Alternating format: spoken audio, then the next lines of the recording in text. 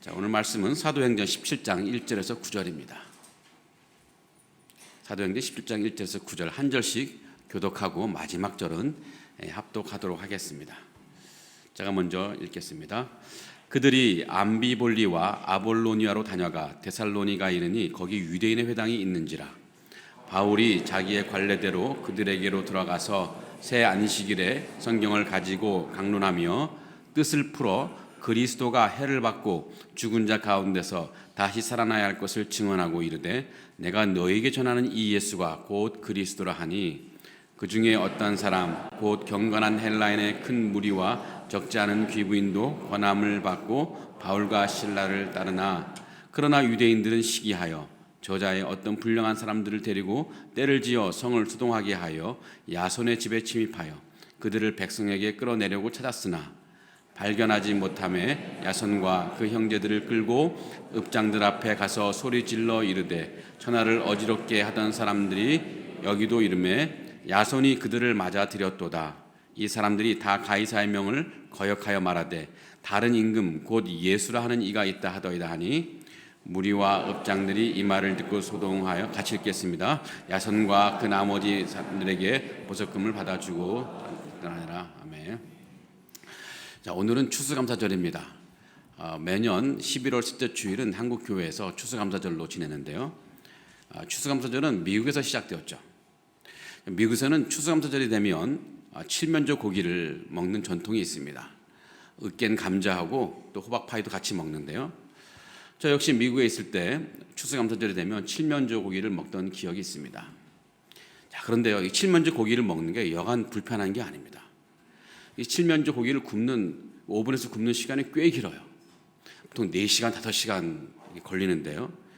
성질 급한 사람은 기다리다가 숨 넘어가서 못 먹고 죽었다는 얘기도 있습니다. 더욱이 칠면조를 아무리 잘 구워도요, 구운 맛이 맛있을 리가 없습니다. 텁텁하고 빡빡한데요. 자, 그런데 이게 1년에 한 번씩 먹다 보니까 맛이 없다는 것을 종종 잊어버려요. 먹을 때야 기억나요. 그래서 매년 먹었던 기억이 있습니다. 후회하면서 먹었던 기억이 있죠. 자, 여러분들은 어떤 분들은 이 한국 교회가 굳이 추수감사절, 미국 명절을 우리가 지킬 필요가 있느냐 하는 그런 의심을 품는 경우도 있는데 저는 충분히 지킬 가치가 있다고 봅니다. 우리가 평소에 잊고 지낼 수 있는 이 감사의 마음을 회복할 수 있는 너무 좋은 시간이기 때문입니다. 그 감사의 마음은요, 우리 삶에 굉장히 많은 유익을 가져다 줍니다. 대표적으로 2가지를 얘기할 수 있는데 오늘 주보에 나온 그 내용을 말하는 것입니다. 첫 번째로는 감사의 마음은 우리를 겸손하게 만들어줍니다. 지금의 모습으로 내가 있는 것은 이 하나님의 은혜와 또 사실 많은 다른 사람들의 도움 덕분입니다. 하지만 우리는 우리 죄성 때문에 우리가 받은 은혜 또 도움을 잘 잊어버려요. 마치 내가 잘해서 내가 오늘 지금 있는 것처럼 생각할 때가 있다는 것입니다. 그러나 지나온 1년을 우리가 감사의 마음으로 가만히 돌아보면요, 분명히 내가 한 것도 분명히 있긴 하지만 하나님께서 내게 은혜 베푸신 것, 또 그래서 많은 사람들이 나에게 도움을 주온 것, 그래서 내가 혼자 이룰 수 없던 것들이 너무 많았다는 것을 발견하게 됩니다. 이 감사의 마음을 가질 때 비로소 내가 아닌 하나님이 내게 베푸신 은혜, 다른 사람이 내게 도움을 준 것, 비로소 그것이 보이고 있습니다. 그러면서 내 인생은 내 힘으로 살아가는 것이 아니구나 하는 것을 깨닫게 되고, 그래서 인생에 대해서 좀 겸손하게 되고, 또 그래서 하나님을 더 신뢰하고 또 하나님을 사랑하게 되는 너무 좋은 계기가 되기 때문에 감사의 마음은 우리에게 굉장히 유익하죠. 두 번째로 감사의 마음은 우리를 행복하게 만들어줍니다. 제가 대학 시절 우리 채플 시간에 김동길 교수께서 들려준 말이 있었는데요. 냉장고에 포도주가 반병 있는 것을 보면서 다른 사람이 다른 입장을 가진다고 말합니다. 가령 염세주의자 쇼펜하우어 같은 경우는 포도주가 반밖에 안 남았네 라고 생각하면서 한숨을 쉬고 우울해하죠. 하지만 이 낙천주의자 라이프니츠 같은 낙천주의자는 포도주가 아직도 반이나 남았네 하면서 말하면 행복해합니다. 이 같은 현실에서 어떤 사람은 우울하고 어떤 사람은 행복합니다. 그 차이는 감사의 마음으로 살아가느냐, 그 차이에 있습니다. 감사의 마음으로 우리에게 주어진 현실을 보면요, 지금 내게 있는 것이 보입니다. 그리고 내게 있는 것이 얼마나 소중한 것인지 알게 됩니다. 내 옆에 있는 가족, 지금 여러분 옆에 있는 그런 교회 성도들, 또 우리 교회, 내 일터, 이 모든 것을 보면서 야, 나는 참 행복한 사람이다 라는 것을 느끼게 됩니다. 그렇게 감사한 마음이 있으면 그렇지 않을 때보다 훨씬 여러분 행복한 삶을 살아갈 수 있습니다. 오늘 추수감사절을 맞이해서 한번 감사의 마음으로 지나온 1년을 한번 돌아보시면 좋겠습니다. 그리고 내게 있는 것들, 그것이 얼마나 소중한지를 가만히 한번 들여다보시면 좋을 것 같습니다. 가족이 모여서 혹은 구역이 모여서 한두 가지씩 감사거리를 한번 나누는 것도 좋을 것 같습니다. 그러면 우리는 이전보다 훨씬 더 겸손하게 살아갈 수 있을 것이고, 우리는 이전보다 훨씬 더 행복하게 살아갈 수 있을 것입니다. 그런 귀한 추수감사절 되기를 기원합니다. 자, 오늘 말씀은 바울이 2차 선교 여행 중에 일어난 한 장면입니다. 자, 바울은 2차 선교 여행에서 본격적으로 유럽에서 선교를 하죠. 그 유럽은 주로 그리스인데요. 지난주까지 우리는 바울이 그리스 이 북부 마게도니아 지역에서 그 지역에 있는 빌립보에서 사역을 하는 장면을 살펴보았습니다. 자, 바울은 그곳에서 복음을 전하다가 감옥에 갇히기도 하고 풀려나기도 했습니다. 물론 그 덕분에, 그 고난 덕분에 하나님의 역사를, 놀라운 역사를 보게 됐는데요. 그 감옥의 간수와 그 가족들이 구원받는 놀라운 역사가 일어났습니다. 자, 그럼에도 바울은 그 과정에서 몸과 마음이 많이 상했을 것 같습니다. 여러분, 몸과 마음이 좀 상하면 좀 쉬었다가 좀 다음 스텝으로 넘어가면 좋을 텐데, 바울은 그런 쉼의 시간도 아까웠던 것 같습니다. 자신이 복음을 전할 때마다 그 순간순간, 매 순간마다 죽어가는 영혼들이 복음을 듣고 살아나는 것을 자기 눈으로 보니까 도저히 쉴 마음이 안 생기는 거예요. 내가 쉬면 쉴 만큼 구원받아야 할 영혼들이 구원을 받지 못하는 이 장면을 생각하니까 바울은 도무지 쉴 수 없었던 것 같습니다. 그래서 바울은 이 빌립보를 떠나 쉬지 않고 그 아픈 몸으로, 상한 마음으로 데살로니가를 향합니다. 자, 여기 데살로니가 역시 빌립보와 마찬가지로 그리스 북부의 마게도니아 지역에 있는 도시입니다. 어쩌면 이 데살로니가는 지금 우리가 살고 있는 상하이와 비슷합니다. 이 마게도니아 지역에서 대표적인 도시이고 또 상당히 부유한 도시였습니다. 로마 제국에서 가장 중요한 이그나티아라는 고속도로가 지나가는 곳이고, 그리고 또 에게해를 접하는 항구 도시이기도 합니다. 그러다 보니까 무역이나 상업이 굉장히 발달했죠. 그래서 그 도시는 로마 제국 내에서 굉장히 부유한 도시로 자리매김을 했습니다. 지금도 여러분 그리스 가면요, 이 그리스의 수도 아테네 말고 두 번째로 큰 아주 굉장히 부유한 도시로 지금 사람들이 살고 있습니다. 자, 빌립보에서 데살로니가로 가는 이 길엔 이제 도시가 여럿 있는데 그 중에 두 도시가 있습니다. 오늘 말씀에 나오지만 이 암비볼리라는 도시하고 아볼로니아라는 도시가 빌립보와 데살로니가 중간에 있습니다. 어찌된 일인지 바울은 이 두 도시를 지나가면서 딱히 사역을 하지 않고 그냥 통과만 합니다. 물론 이 암비볼리하고 아볼로니아는 작은 도시예요. 지도에도 나오지 않는 작은 도시인데, 그럼에도 분명히 이 암비볼리아와 아볼로니아에는 거기도 분명히 사람들이 살고 있을 것이고 복음을 들어야 할 사람들이 살고 있을 텐데, 왜 바울은 그냥 지나갔을까? 왜 그냥 지나가서 데살로니가에게 집중했을까? 그런 생각을 하게 됩니다. 마치 이 다른 도시에서 상하이로 오는데 이 우시나 이 쿤산을 그냥 지나가고 상하이로 들어온 것과 마찬가지죠. 아마도 그것은 바울의 아주 탁월한 선교 지혜 혹은 선교 전략이었던 것 같습니다. 바울은 이 복음을 전할 때, 도시를 정할 때요, 어느 도시에서 복음을 전하면 주변에 파급 효과가 크다는 것을 가늠하고 도시를 정했던 것 같습니다. 이 선택과 집중이죠. 이 거점이 될 만한 도시에 복음을 집중적으로 전파해서 교회를 든든하게 세우면 그 교회를 통해서 자연스럽게 주변 도시에도 복음이 흘러갈 것을 바울은 알았을 것입니다. 실제로 이 데살로니가에서 바울이 복음을 잘 전하고 또 교회가 든든히 세워졌을 때 실제로 주변의 많은 도시에 데살로니가를 통해서 복음이 전파되었습니다.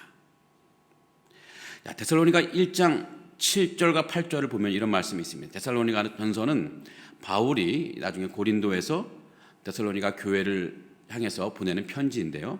그 편지에 이런 말씀이 있습니다. 그러므로 너희가 마게도냐와 아가야에 있는 모든 믿는 자의 본이 되었느니라. 주의 말씀이 너희에게로부터, 그러니까 데살로니가 교회로부터 마게도냐와 아가야에만 들릴 뿐만 아니라 하나님을 향하는 너희의 믿음의 소문이 각처에 퍼졌으므로 우리는 아무 말도 할 것이 없노라. 바울은 이 데살로니가 교회를 보면서 너무 기뻐하는 거예요. 바울이 이 고린도에서 데살로니가 교회 소식을 들었는데요. 그 소식에 의하면 데살로니가 교회를 통해서 다른 도시로 복음이 너무 왕성하게 전파되는 그런 소식을 들은 것입니다. 아마도 이 데살로니가 교회 성도들이 다른 도시에 왕래하면서 갈 때마다 복음을 전파했던 것 같아요. 우리만 갖고 있는 복음이 아니라 다른 주변 도시, 이 암비볼리라든지 아볼로니아 가서도 복음을 전파했던 것 같습니다. 자, 그러면서 이 바울이 데살로니가를 선택하고 그곳에서 중점적으로 복음을 전해 든든한 교회를 세운 것은 너무나 탁월한 전략이요, 탁월한 지혜였던 것 같습니다. 자, 하나님께서 상하이에 우리 교회를 세우신 것도 정말 하나님의 분명한 전략으로 보입니다. 이 상하이도요, 데살로니가처럼 지정학적으로 너무나 중요한 도시죠. 그래서 그런지 우리 교회는 상하이뿐만 아니라 이 화동 지역, 나아가 이 중국 전역에 있는 한인교회에서 중심이 되는 교회로 지금 쓰임받고 있습니다. 지금 하나님이 이곳에 교회를 세우신 것은, 우리 교회를 세우신 것은 우리 교회만을 위한 것이 아니라 주변 도시에, 어쩌면 중국 전역의 한인교회에 미칠 파급 효과를 염두에 두시고 우리 교회를 세워주셨고 또 중심 역할을 하라고 사명을 주신 것이라고 믿습니다. 실제로요, 중국의 많은 한인교회들이 우리 교회를 늘 지켜보고 있습니다. 얼마 전에 제가 다른 도시에 있는 한인교회를 방문한 적이 있는데요. 그 교회도 늘 우리 교회를 주시하면서 우리 교회가 어떻게 하는지, 어떤 사역을 하는지를 체크하고 있더라고요. 또 다른 도시 어떤 교회는 우리 교회가 갖고 있는 그 헌법을 그대로 카피해서 사용하기도 합니다. 제가 그것을 보면서 우리 교회가 더욱 중국 내에서 더 책임감 있게 사역을 감당해야겠구나 하는 그런 생각을 했더랬습니다. 자, 한편 하나님이 세상 많은 사람들 가운데 여러분 각 개인을 구원의 백성으로 먼저 부르신 것도 분명 하나님의 전략일 것입니다. 왜 하나님은 여러분을 부르셔서 여러분에게 믿음을 먼저 주셨을까? 주님이 여러분에게 데살로니게 교회와 같은 파급 효과를 기대했기 때문일 것입니다. 하나님은 여러분을 통해서, 우리를 통해서 복음이 불신자들에게 흘러가기를 기대하십니다. 만약 우리가 경건하고 온전한 믿음 생활을 제대로만 한다면, 또한 그런 삶을 살아가면서 우리가 복음을 전하기라도 한다면 우리로 인한 이 복음의 파급 효과는 엄청나게 클 것입니다. 하나님은 그것을 우리에게 기대하시는 것 같아요. 우리 그리스도인은요, 그리스도의 창문입니다. 그리스도인은 그리스도의 창문이다. 이게 무슨 말이냐 하면, 이번 세상 사람들은요, 그리스도를 자기 눈으로 직접 보는 것이 아니라 그리스도인들을 통해서 그리스도를 봅니다.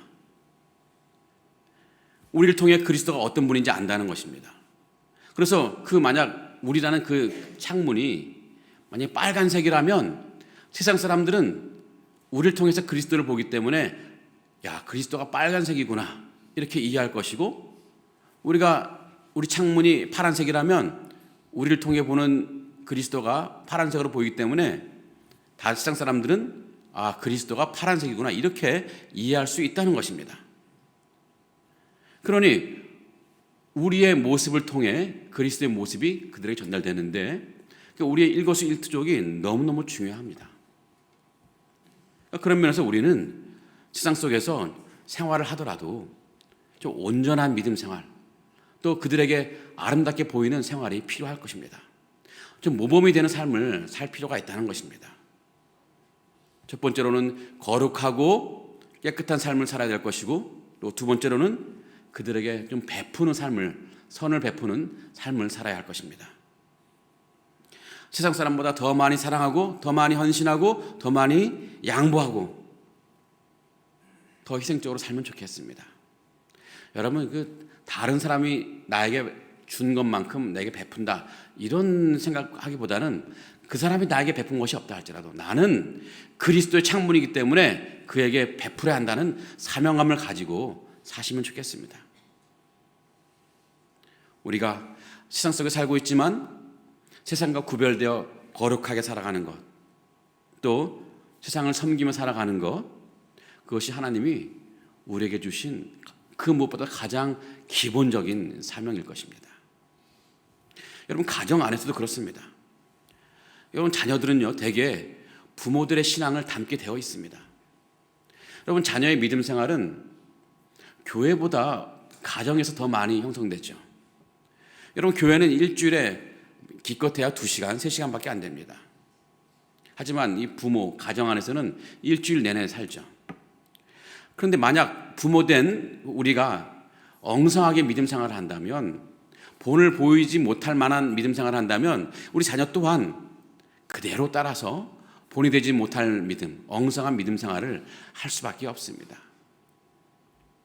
그와는 반대로 이 부모가 주님을 진심으로 사랑하는 믿음의 삶을 산다면, 말씀과 기도 생활도 꾸준히 하고, 또 교회 봉사도 열심히 하고, 뿐만 아니라 주변 이웃 사람들에게 선을 베푸는 그런 섬기는 삶을 살아간다면 우리 자녀들도 그대로 배워서 똑같은 거룩한 삶, 섬기는 믿음의 삶을 살아가게 될 것입니다. 그러게 우리의 믿음 생활은 내 마음대로 할 것이 아닙니다. 하나님이 우리를 먼저 구원의 백성으로 부르신 것은 우리를 통해 하나님의 복음이 흘러가도록, 불신자들에게, 주변 사람들이 흘러가도록 하기 위한 하나님의 전략입니다. 우리가 그 전략에 충실할 때, 하나님은 우리를 통해 너무나 귀한 구원의 역사를 이루어내실 것입니다. 데살로니가 교회를 통해 주변의 교회, 주변의 지역 사람들이 복음을 듣고 예수 그리스도를 영접한 것처럼 우리를 통해 수많은 죽어가는 영혼들이 살아날 수 있습니다. 얼마나 귀한 일입니까? 우리가 그 사명을 감당해야 할 이유가 있다는 것입니다. 자, 바울 일행은 결국 이제 데살로니가에 도착했는데요. 이 바울은 데살로니가에 있는 유대인의 회당에서 메시지를 전합니다. 자, 유대인의 회당에서 복음을 전하는데, 사실 이건 바울은 데살로니가에서만 이런 것이 아니고 가는 곳마다 유대인의 회당이 있으면 그곳에 가서 복음을 먼저 전하곤 했습니다. 그것이 바울의 관례였다고 오늘 말씀에도 나와 있습니다. 자, 바울이 왜 굳이 유대인의 회당에 가서 먼저 복음을 전했을까요? 그 이유는 두 가지가 있을 텐데요. 자, 첫 번째로는 비록 바울이 이방인의 사도로 부르심 받았지만 바울은 자신의 동족인 유대인에게 복음을 너무나 간절히 전하고 싶었던 것입니다. 비록 이방인의 사도이지만 마음 한구석에는 늘 동족인 이스라엘 유대인을 향한 안타까움이 있었습니다. 그래서 그 바울은 유대인에게 복음을 먼저 전했는데요. 물론 이제 유대인들은 바울의 기대에 못 미쳐서 바울을 복음을 배척하고 바울을 핍박하기도 했습니다. 그럼에도 불구하고 바울은 이 동족에 대한 미련을 떨치지 못했습니다. 그래서 어디를 가더라도 유대인 회당에 먼저 가서 유대인에게 복음을 전하곤 했습니다. 자, 한편 바울이 유대인의 회당에 가야 했던 두 번째 이유가 있는데요. 어쩌면 진짜 이유일 수 있습니다. 그것은 유대인의 회당이 이방인의 전도의 중요한 통로가 되기 때문입니다. 여러분, 유대인의 회당에는요, 유대인만 있는 것이 아닙니다. 그곳엔 유대교로 개종한 이방인들도 있습니다.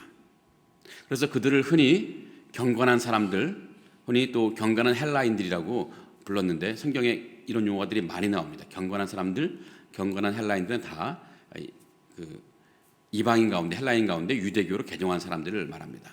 오늘 말씀은 4절에도 경건한 헬라인이라는 말이 나옵니다. 그 헬라인들은 유대교 예배에 참여하면서 구약 성경에 대한 내용들을 많이 들었고 많이 익숙해졌겠죠. 그래서 바울이 어떤 복음을 전할 때 그나마 다른 이방인들보다 더 수월하게 그 복음을 받아들일 수 있는 귀가 있는 것입니다. 그래서 예수 그리스도를 영접할 가능성이 높은데, 그래서 바울은 어디를 가더라도 유대인의 회당이 있으면 그곳에서 복음을 먼저 전했죠. 자, 그렇게 바울이 이제 데살로니가에서 중점적으로 복음을 전하고 또 유대인의 회당에서 복음을 전했는데, 자, 바울이 복음을 전할 때 어떻게 복음을 전했냐 하면은, 자, 바울은 먼저 통상 구약 성경을 먼저 인용합니다. 구약 성경에서 인용하면서, 자, 구약 성경에 예언된 메시아 또는 그리스도에 대해서 설명을 합니다. 아마도 이 부분에 대해서 유대인의 회당에 있던 유대인들이나 아마 그 이방인들은 그 말을 충분히 알아들었을 것입니다. 왜냐하면 그들은 그리스도 혹은 메시아를 기다리는 사람들이었기 때문입니다. 그래서 당시 그 사람들에게는 메시아 기대 사상이 있었습니다. 메시아를 기대하는 사상이 그들에게 있었습니다. 오래전 모세가 이스라엘 백성을 이집트의 노예 생활에서 구원을 시켜주고 해방시켜 준 것처럼 언젠가 때가 되면 모세와 같은 하나님의 메시아가 와서 식민지, 로마 식민지에 억압받고 있는 자신들을 구원해 내줄 것이라는 그런 기대가 있었습니다. 그런 메시아를 기다리고 있습니다. 유대인들은 지금도 그런 메시아를 기다리고 있어요. 자, 그런 사람들에게 바울이 그리스도 메시아에 대해서 말할 때 아마도 유대인의 회당에 안에 있는 모든 사람들은 귀를 쫑긋하며 들었을 것입니다. 그러면서 바울이 메시아에 대해서 또 그리스도에 대해서 말을 할 때 어쩌면 속으로 기도했을 것입니다. 주여, 언제 오시렵니까? 어서 오시옵소서. 이런 기도를 하면서 바울의 메시지를 들었을 것입니다. 바로 그때 바울은 그 메시아가 왔는데 바로 예수 그리스도가 바로 그 메시아다라고 딱 증언하는 거죠. 십자가에 달려 죽으셨다가 부활하신 바로 그분 예수가 우리들이 기다려왔던 메시아다라고 선포하는 거죠. 그래서 이 선포로 인해서 많은 유대인들 혹은 많은 이방인들, 헬라인들이 예수 그리스도를 쉽게 받아들였습니다.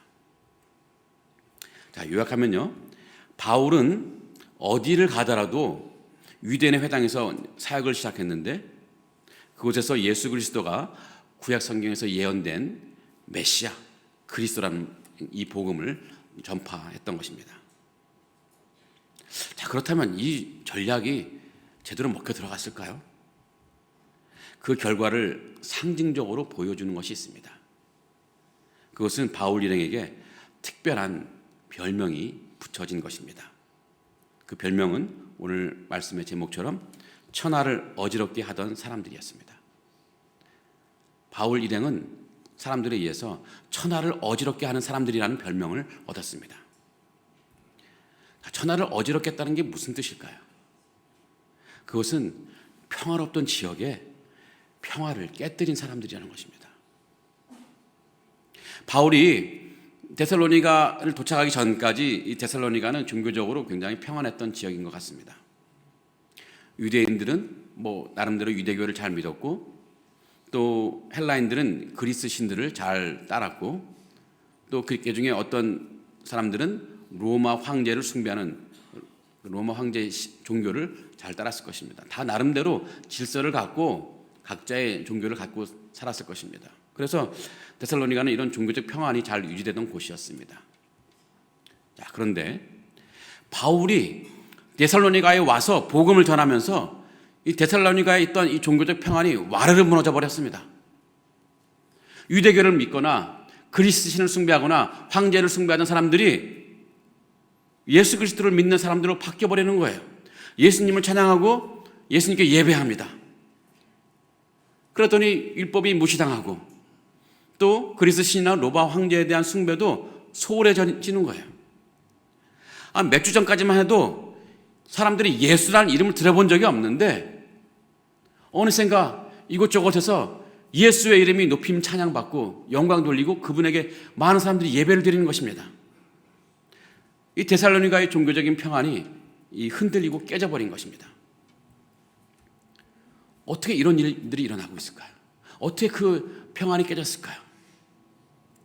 여러분, 바울이 전한 복음에 엄청난 능력이 있기 때문이었습니다. 능력은 변화를 가져옵니다. 복음에 아무런 능력이 없다면 아무런 변화가 일어나지 않습니다. 그냥 그 종교적인 평안 그대로였을 것입니다. 여러분, 이 전쟁 중에 폭탄이 어느 한 곳에 떨어지면 그곳은 완전 쑥대밭이 되어버리죠. 바울이 전한 복음은 폭탄 같은 능력이 있었습니다. 그래서 복음이 떨어지는 곳마다 난리가 나는 거예요. 기존에 있던 세계관이 흔들리고 기존에 있던 종교가 막 엉켜버리는 것입니다. 그러다 보니까 세상이 막 난리가 나고 소란스러워지는 거죠. 그래서 사람들은 바울의 이런 사역을 두고 뭐라고 말하냐면 천하를 어지럽게 하는 행위라고 비난한 것입니다. 자, 그럼에도 바울은 그런 비난을 들으면서도 천하를 어지럽게 하는 이 복음 전파를 멈추지 않았습니다. 아니, 멈출 수가 없어요. 이에 대해 바울이 다른 곳에서 말한 것이 있습니다. 로마서 1장 16절인데요. 이런 말씀이 있습니다.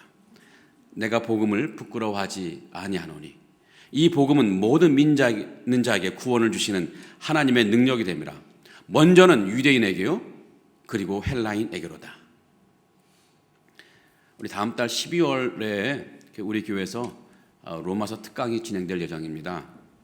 그때 보다 자세하게 이 본문을 다룰 텐데요. 그래도 이제 먼저 간략하게 말씀드리자면 바울은 복음을 절대로 부끄러워하지 않았다고 고백합니다. 부끄러워하지 않았다는 것은 복음을 전하는 과정 속에서 핍박이나 환난이 온다고 할지라도 어려움이 온다고 해도 흔들림 없이 복음을 전하겠다는 바울의 심정인 것입니다. 왜냐하면 복음은 하나님의 능력이라는 것을 바울은 너무나 잘 알고 있기 때문이었어요. 복음은 그냥 메시지가 아닙니다. 복음은 하나님의 능력입니다. 폭탄 같은 하나님의 능력입니다. 그래서 복음이 전파되는 것마다 그것은 아주 쑥대밭이 돼버려요. 그래서 얼핏 보면 그것은 천하를 어지럽게 하는 것처럼 보입니다. 하지만 그것은 생명을 위한, 생명을 잉태하기 위한 거룩한 일이었습니다. 이것은 마치 겨울 내내 얼어붙은 땅을 농부가 봄이 되어서 기경하는 것과 마찬가지입니다. 농부가 그 땅을 기경하기 전에는요, 그 얼어붙은 땅은 마치 굉장히 평화스러워 보입니다.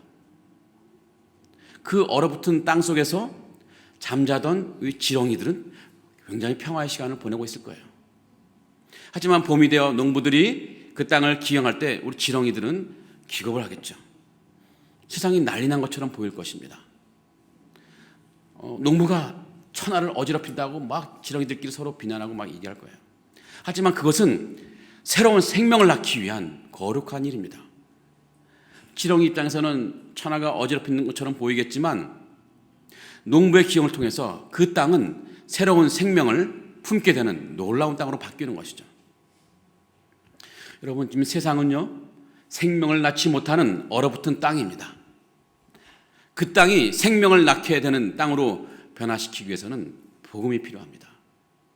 복음은 땅을 뒤집어 놓습니다. 때로는 갈등을 일으킵니다. 분란이 생깁니다. 우리나라의 복음이 처음 전파될 때 얼마나 많은 갈등이 있었습니까? 순교자도 많았고 핍박도 많았습니다. 가정마다 굉장히 많은 갈등도 있었습니다. 지난주에 저희 가정의 구원 역사를 말씀드렸는데요. 처음에 우리 가정에 복음이 들어와서 예수 그리스도를 믿게 되자 우리 집과 다른 친척들과 굉장한 갈등이 있었죠. 아마도 친척들은 예수 그리스도를 믿는 우리 가정을 향해서 가문을 어지럽게 하는 사람들이라고 이렇게 비난했을 것입니다. 이 복음이 처음 들어가는 것마다 확실히 처음엔 해산의 고통이 있습니다. 아기를 낳는 고통이 해산의 고통인데 그런 해산의 고통이 있습니다. 불화가 있습니다.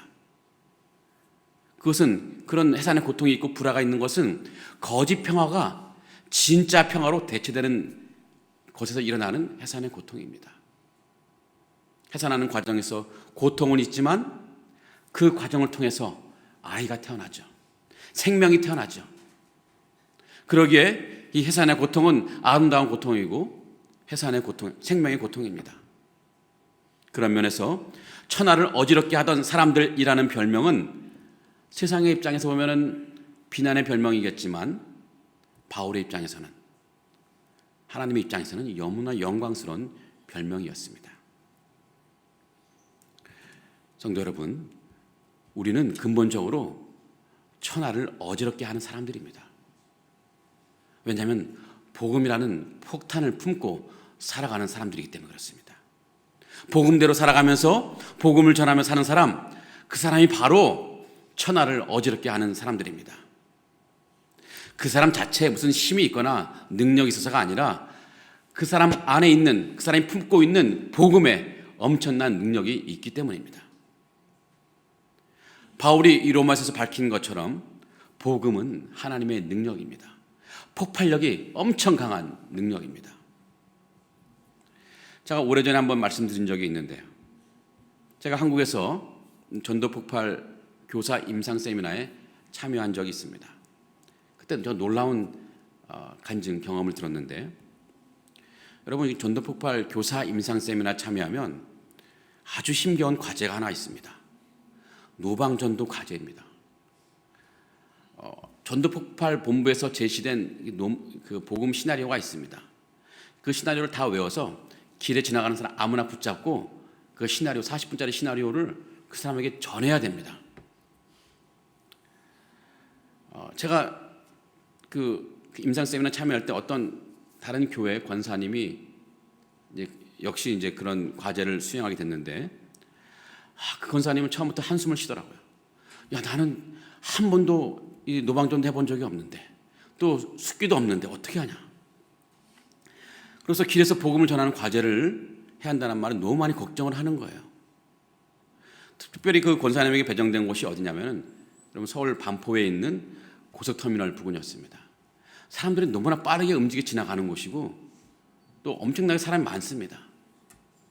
거기서 누군가를 하나 붙잡고 이 노방전, 이 복음을 전해야 되는데 도저히 떨려서 안 될 것이라고 너무 걱정하는 거예요. 근데 할 수 없이 거기 나갔죠. 자, 세미나 장소로 이제 돌아갈 시간이 다 되어 가는데 아직도 한 명도 못 잡고 얘기를 못 했어요, 그분이. 다 이제 돌아가야 할 시간이 다가오니까 너무 다급해서 이제 권사님은 어떤 한 사람을 잡았는데, 그 사람이 누구냐면 청년 군인이었어요. 휴가 나온 군인을 잡았어요. 계속 바쁠 거 아니에요. 휴가 나왔는데. 근데 군인을 붙잡고 막 부탁하는 거야. 내가 지금 전도 훈련을 하는데 이 복음 전도 시나리오 내가 안 하면 내가 돌아가서 너무 창피를 당할 것이다. 그래서 한번 정말 들어주기만 해라. 간절히 부탁했습니다. 근데 그 청년 군인이, 그 권사님이 뭐 자기 어머님과 비슷한지 딱해 보였는지 그냥 해보라고 했어요. 그래서 권사님은 이 복음이 기록된 이 40분짜리 시나리오를 그 청년 앞에서 떠듬떠듬 외웠습니다. 지금은요, 이게 20분짜리로 바뀌었는데 예전에는 40분짜리였습니다.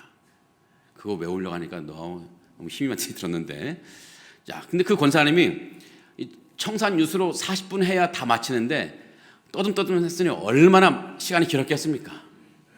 아마 1시간도 넘었을 것 같아요. 그러니 그 청년 군인은 얼마나 지루했을까요? 오랜만에 휴가 났을 것인데 그 귀한 시간을 모르는 권사님, 어떤 할머니 같은 분에게, 아니 여기 우리 권사님들은 다 할머니가 아니죠. 그분에게 내가 1시간을 빼앗긴다니 너무 얼마나 억울했겠습니까? 얼마나 짜증났을까요? 그런데 40분이 지나고 나서 어떤 일이 일어났을까요? 그 청년 군인이 그 자리에서 예수 그리스도를 영접하고 말았습니다. 예수님을 믿겠다고 고백한 거예요.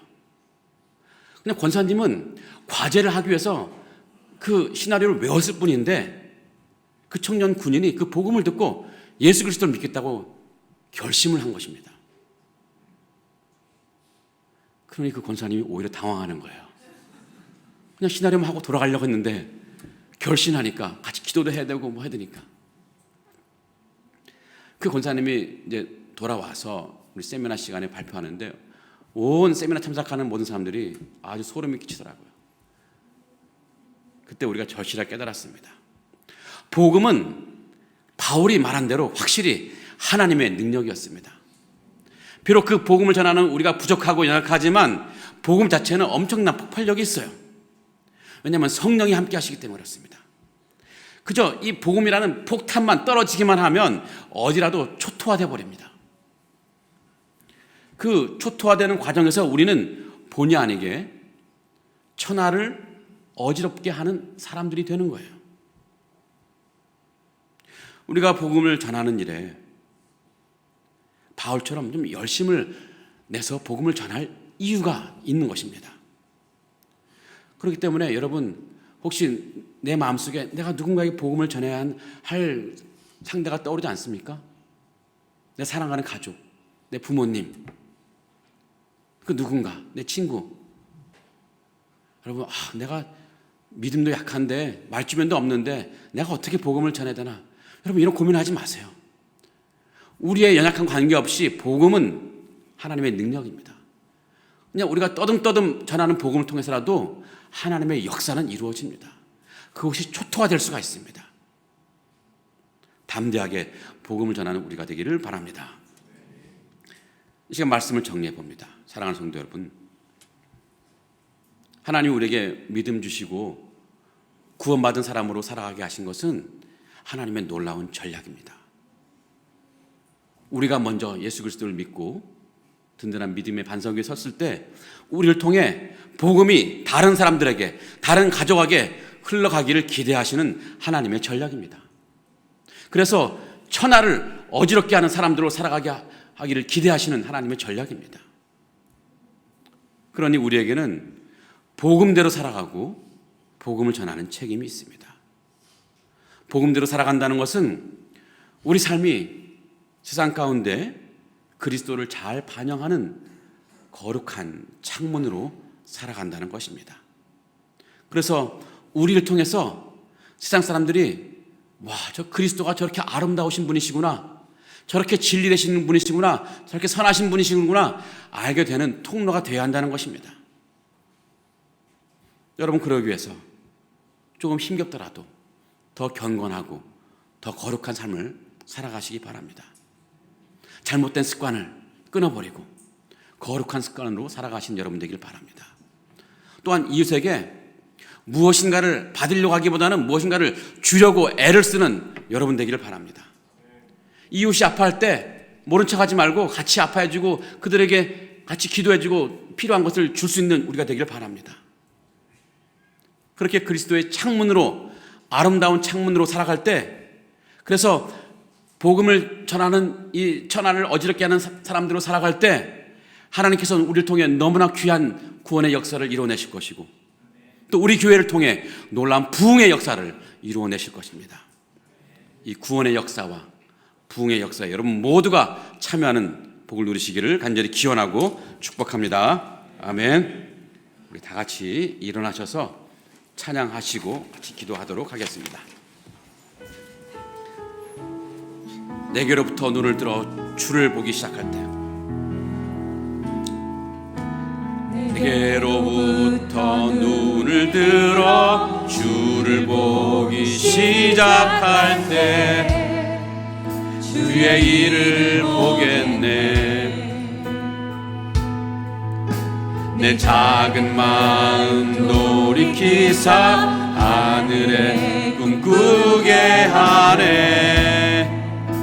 주님을 볼 때 모든 시선을 주님께 드리고 살아계신 하나님을 느낄 때 내 삶은 주의 역사가 되고 하나님이 일하기 시작하네. 성령이 나를 변화시켜 성령 영이 나를 변화시켜 모든 주름 사라질 때 주의 일을 보겠네. 황폐한 땅 한가운데서 주님 마음 알게 되리. 주님을 볼 때 모든 시선을 주님께 드리고 살아계신 하나님을 느낄 때 내 삶은 주의 역사가 되고 하나님이 일하기 시작. 모든 시선을 주님께 드리고 시선을 주님께 드리고 살아계신 하나님을 느낄 때 내 삶은 주의 역사가 되고 하나님이 일하기 시작하네. 하나님의 역사의 주인공 되는 여러분 되기를 바랍니다. 우리 합심기도 제목 같이 읽고 기도하도록 하겠습니다. 시작. 추수감사절에 우리에게 감사의 마음을 풍성하게 주셔서 우리가 이전보다 더욱 겸손하게 더욱 행복하게 살게 하옵소서. 아멘. 우리를 통해 예수 그리스도의 진리 되심과 선하심과 아름다우심이 전파되도록 우리가 거룩하게 살고 섬기며 살게 하옵소서. 아멘. 상하이 안현연합교회를 상하이에 세우신 것은 하나님의 전략임을 믿고 선교의 도구로 온전히 쓰임받는 교회 되게 하옵소서. 아멘. 이런 기점을 가지고 저를 따라 한번 주님 부르시고 기도하겠습니다. 주여 은혜를 주옵소서. 주여 은혜를 주옵소서. 같이 기도하겠습니다. 하나님 우리에게 좋은 것을 베푸시는 하나님 우리에게 또 귀한 것을 베푸신 하나님이신 줄 믿습니다. 하나님 감사의 마음 품게 하시니 감사드립니다. 우리가 살아가는 순간마다 하나님의 은혜와 우리 이웃들 섬긴다 뿐이라는 것을 이제 인정하고 깨닫게 하여 주시옵소서. 우리가 이 겸손한 마음으로 주님께 나아가며 주님의 은혜를 구하며 다른 사람에게 손을 내밀어 품을 나눌 수 있는 삶을 살게 하여 주시옵소서. 우리에게 주어진 것이 얼마나 소중한 것인지 깨닫게 어떤 상황에서도 기쁨과 행복을 누릴 수 있는 인생 되게 하여 주시옵소서. 하나님 우리에게 생명을 베푸신 하나님 오늘 참으로 전파되는 생명의 통로가 될 수 있게 하여 주시옵소서. 우리를 통해 하나님의 주님의 진리 되심과 선하심과 아름다우심이 전파되어 주님을 알지 못하는 사람들이 예수 그리스도를 알게 되고 구원의 생명 복음을 누리는 놀라운 역사를 나게 하여 주시옵소서. 생명 없는 곳 생명이 전파되는 아버지 사명을 감당하게 하여 주시옵소서. 이를 위해 우리가 복음에 합당한 거룩한 삶을 살아내며 섬김의 삶을 살아내게 해 주시옵소서. 복음으로 천하를 어지럽게 하는 사명을 감당하게 하여 주시옵소서. 우리 교회를 상하이 하는 교신 하나님, 상하이 교회에서 세우신 주는 분명 전략임을 믿습니다. 하나님께서 우리 세상을 내주신 것은 아버지 우리 교회로부터 생명이 흘러넘쳐 생명이 없는 곳에 아버지 메마른 땅에 생명이 회복되게 하여 주시옵소서. 아무리 어렵다 할지라도 아버지 우리가 재미있는 순종하게 하셔서 그곳에서 하나님 뜻을 온전히 선포하며 복음을 전하는 교회로 온전히 쓰임받게 하여 주시옵소서. 여기 계신 주님의 귀한 백성들을 일일이 축복하셔서 자신에게 맡겨진 이 귀한 아버지 이 사명을 감당하며 하나님께 영광을 돌리는 아버지 귀한 삶을 살아갈 수 있도록 하나님 인도해 주시고 축복해 주시옵소서. 그리하여 하나님께 인정받고 세상 가운데 천하의 복음 천하의 아버지를 어지럽게 하는 사람들이지만 하나님께 영광 돌리는 삶으로 인정받는 귀한 삶을 살아갈 수 있도록 하나님 인도하여 주시옵소서. 우리에게 좋은 것을 베푸시는 하나님, 오늘 추수감사절을 통해 감사의 마음 품게 하시니 감사드립니다. 우리가 살아가는 순간순간이 하나님의 은혜와 또 많은 이웃들의 섬긴 덕분이라는 것을 늘 인정하며 깨닫게 하여 주시옵소서. 그리하여 겸손한 마음으로 주님께 감사하며 다른 사람들을 향하여 감사하고 섬길 수 있는 삶을 살게 하여 주시옵소서. 또한 우리에게 주어진 것이 얼마나 소중한 것인지를 깨달아서 비록 상황이 어렵고 힘겹다 할지라도 기쁨과 행복을 누리며 살아가는 우리 인생 되게 하여 주시옵소서. 우리에게 생명을 베푸시는 하나님, 우리가 주님의 복음을 전하는 생명의 통로가 되게 하여 주시옵소서. 우리를 통해 세상 죽어가는 영혼들에게 주님의 진리 되심과 아름다우심과 선하심이 전파되어서 우리를 통해 그들이 죽어가는 영혼들이 새 생명을 얻고 영원한 삶을 누릴 수 있는 놀라운 역사가 일어나게 하여 주시옵소서. 생명 없는 곳에 생명을 전하는 사명을 우리가 감당하게 하여 주시옵소서. 이를 위해서 우리가 복음에 합당한 거룩한 삶을 살아내며 온전한 섬김의 삶을 살아갈 수 있도록 축복해 주시옵소서. 복음으로 천하를 어지럽게 하는 사명을 감당하게 하여 주시옵소서. 우리 교회를 상하이에 세우신 하나님, 우리 상하이 하나님의 교회 은혜를 베풀어 주시옵소서. 상하이에 우리 교회를 주님이 세우신 것은 주님의 놀라운 지혜요 전략임을 믿습니다. 우리 교회로부터 생명이 흘러넘쳐서 생명 없는 메마른 땅에 생명이 회복되는 역사를 우리가 보게 하여 주시옵소서. 그래야 아무리 우리가 힘들고 어렵다 할지라도 주님의 부르심에, 주님의 인도하심에 순종하게 하셔서 이 시대 이곳에서 하나님의 뜻을 이루는, 하나님이 기뻐하시는 조연교가 될 수 있도록 축복해 주시옵소서. 우리 영원한 구주이신 예수 그리스도 이름으로 간절히 기도합나이다. 아멘. 이제는 우리 주 예수 그리스도의 은혜와 하나님의 사랑과 성령 하나님의 교통하심이 추수감사절을 맞이해 더욱 감사의 마음을 품고 살아가며 또 복음으로 천하를 어지럽게 할 귀한 사명을 감당하기를 원하는 상하이 하나님 연합교회 성도들 머리 위에 지금부터 영원토록 함께 하실지어다. 아멘.